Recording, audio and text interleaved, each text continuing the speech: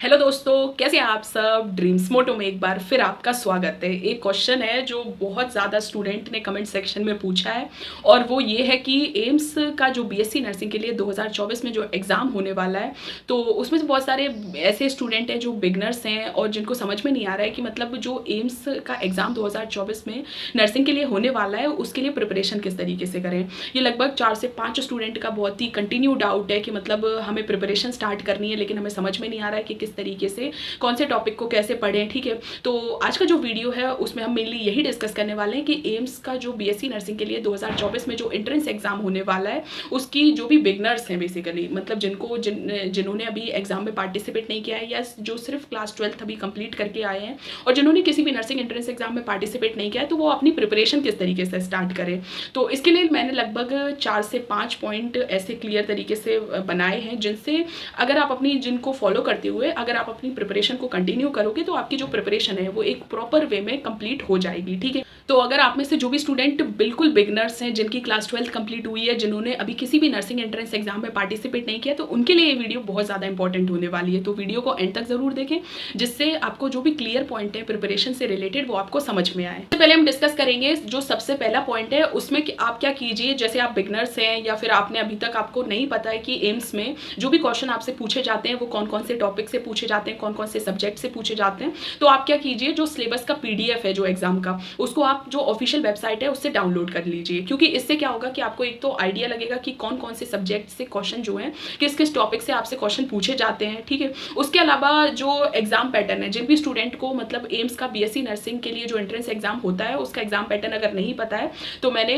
इसी चैनल पर एम्स का जो एग्जाम पैटर्न है उससे रिलेटेड एक वीडियो को शेयर किया है, तो आप उसको जाकर जरूर देख लें। ठीक है, अब जो पीडीएफ आपने डाउनलोड किया है उससे मेनली होगा क्या कि आपको एक तो सिलेबस के बारे में पता चलेगा। बहुत से ऐसे स्टूडेंट हैं जिनको सिलेबस के बारे में भी नहीं पता है। ठीक है, तो आप एक बार सिलेबस जो है उससे वहां से पढ़ लीजिए और हो सके तो आप उसका जो प्रिंट आउट है वो निकाल लीजिए और आप अपनी स्टडी टेबल पर उसको रखिए, जिससे आपको पता चले कि आपको एग्जैक्टली कौन कौन से टॉपिक्स जो हैं उनको पढ़ना है। ठीक है, सेकेंड पॉइंट में मैं जो मेरी जो बेसिक एडवाइस है वो मैं आपको बताऊंगी कि आप क्या करिए कि जो भी PYQs हैं, प्रीवियस ईयर के जो भी क्वेश्चंस हैं, अब क्या है कि जो एम्स का एग्जाम है वो ऑनलाइन मोड से कंडक्ट करवाया जाता है। ठीक है, तो आपको एग्जैक्ट जो क्वेश्चन पेपर है वो तो नहीं मिल पाएंगे, लेकिन आप जो सैम्पल पेपर हैं जो आपको ऑनलाइन जो साइट है उन पर मिल जाएंगे, तो आप वहाँ से जो क्वेश्चन है उनको डाउनलोड कर लीजिए और जो भी सैम्पल पेपर्स हैं, जो भी PYQs अवेलेबल हो पा रहे हैं, ठीक है, इससे क्या होगा कि आपको एक आइडिया लगेगा कि किस टाइप के क्वेश्चन आपको एग्जाम में देखने को मिलेंगे। ठीक है, तीसरे पॉइंट में हम डिस्कस करेंगे कि जैसे आप एक प्रॉपर अपना जो शेड्यूल है उसको बनाइए। ठीक है,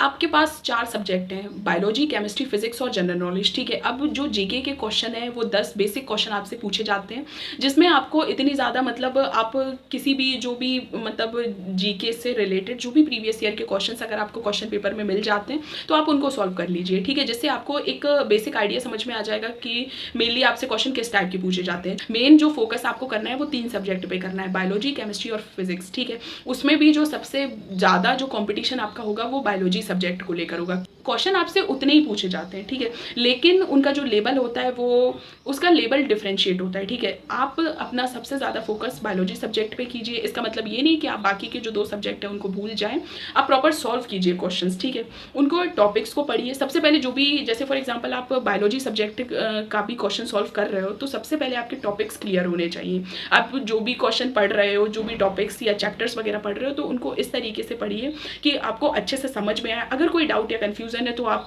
जो टीचर्स हैं उनकी हेल्प ले सकते हैं, लेकिन पहले प्रॉपर चैप्टर को पढ़िए, उसको समझिए, उसके बाद उसके क्वेश्चन सॉल्व कीजिए। ठीक है, और यही अप्रोच आपको तीनों सब्जेक्ट में रखनी है। बायोलॉजी सब्जेक्ट में भी यही अप्रोच रखनी है और फिजिक्स सब्जेक्ट जो है उसमें भी यही अप्रोच और केमिस्ट्री सब्जेक्ट में ही इसी तरीके से आपको चैप्टर वाइज सभी चैप्टर्स को पढ़ना है। ठीक है, एक एक करके और उनको समझना है और फिर उनके क्वेश्चंस को सॉल्व करने हैं। ठीक, अब स्टूडेंट इस बात को लेकर भी कंफ्यूजन में होते हैं कि मतलब हम एग्जाम के लिए प्रिपरेशन तो कर रहे हैं लेकिन कौन सी बुक से प्रिपेयर करें। ठीक है, तो बायोलॉजी सब्जेक्ट के लिए जो मैं आपको एक बुक प्रेफर करूंगी वो ये है कि आप NCERT क्लास 11th और क्लास 12th के जो बेसिक टॉपिक्स हैं उनको उसमें से पढ़ लीजिए। ठीक है, आप इतनी ज़्यादा मतलब डीपली उसको मत पढ़िए, लेकिन जो बेसिक चीज़ें हैं उनको उसमें से पढ़ लीजिए, क्योंकि NCERT से अच्छा टॉपिक और कंटेंट आपको और कोई सी बुक में नहीं मिल सकता। ठीक है, उसके बाद मतलब आपको अगर क्वेश्चन सॉल्व करने हैं तो क्वेश्चन सॉल्व करने के लिए एक गुड टू गाइड करके जो एम्स के लिए एक पर्टिकुलर बुक आती है, आप उसको परचेज कर लीजिए और उससे अपने क्वेश्चन सॉल्व करिए।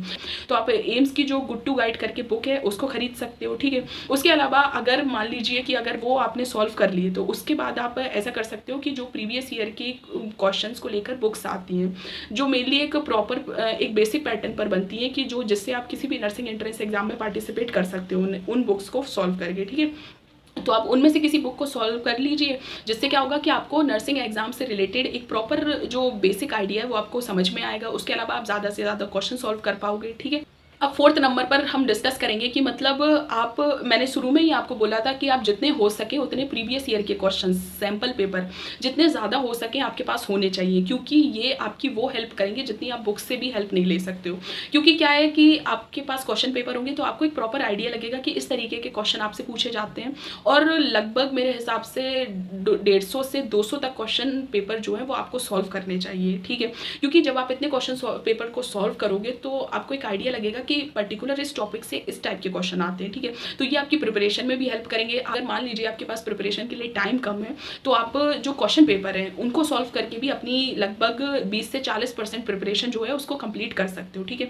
तो क्वेश्चन पेपर को बिल्कुल स्किप ना कीजिए, उनको ज़रूर सॉल्व कीजिए। और 5th पॉइंट में हम डिस्कस करेंगे कि आपकी प्रिपरेशन कितनी अच्छी हुई है ना, ये आपको सिर्फ पता चलेगा मॉक टेस्ट में पार्टिसिपेट करके, ठीक है। तो बहुत से स्टूडेंट क्या करते हैं कि मतलब उन्होंने प्रिपरेशन कर ली लेकिन टेस्ट में पार्टिसिपेट ही नहीं कर रहे। अब उनको एक जो आप कैसे फाइंड आउट करोगे कि आपकी प्रिपरेशन कितनी अच्छी हुई है, तो आपको मॉक टेस्ट में ज़रूर पार्टिसिपेट करना चाहिए। एग्जाम के लगभग 1 से 1.5 महीने पहले आपको मॉक टेस्ट में पार्टिसिपेट करना चाहिए, और लगभग आपको 100 तक मॉक टेस्ट सॉल्व कर लेने चाहिए, जिससे आपको एक्चुअल में जो एग्जाम फियर है, उसके अलावा कुछ लोग होते हैं जिनको ये डर लगता है कि अरे हमसे नॉर्मल तो क्वेश्चन सॉल्व हो जाते हैं लेकिन एग्जाम में हमसे क्वेश्चन सॉल्व नहीं हो पाते, तो उनकी भी ये प्रॉब्लम सॉल्व होगी। इस तरीके से मतलब अगर आप ये जो 4 से 5 पॉइंट हैं उनको मैंने डिस्कस किया है, आप अगर इनको फॉलो करते हो तो आपकी प्रिपरेशन बहुत ही स्मूथ तरीके से अच्छे से हो जाएगी, ठीक है। फिर भी आपके कोई डाउट कोई कंफ्यूजन है तो आप कमेंट सेक्शन में क्वेश्चन पूछ सकते हैं। होप सो दोस्तों आपको वीडियो पसंद आया हो तो वीडियो को लाइक ज़रूर करें। Thank you so much for watching.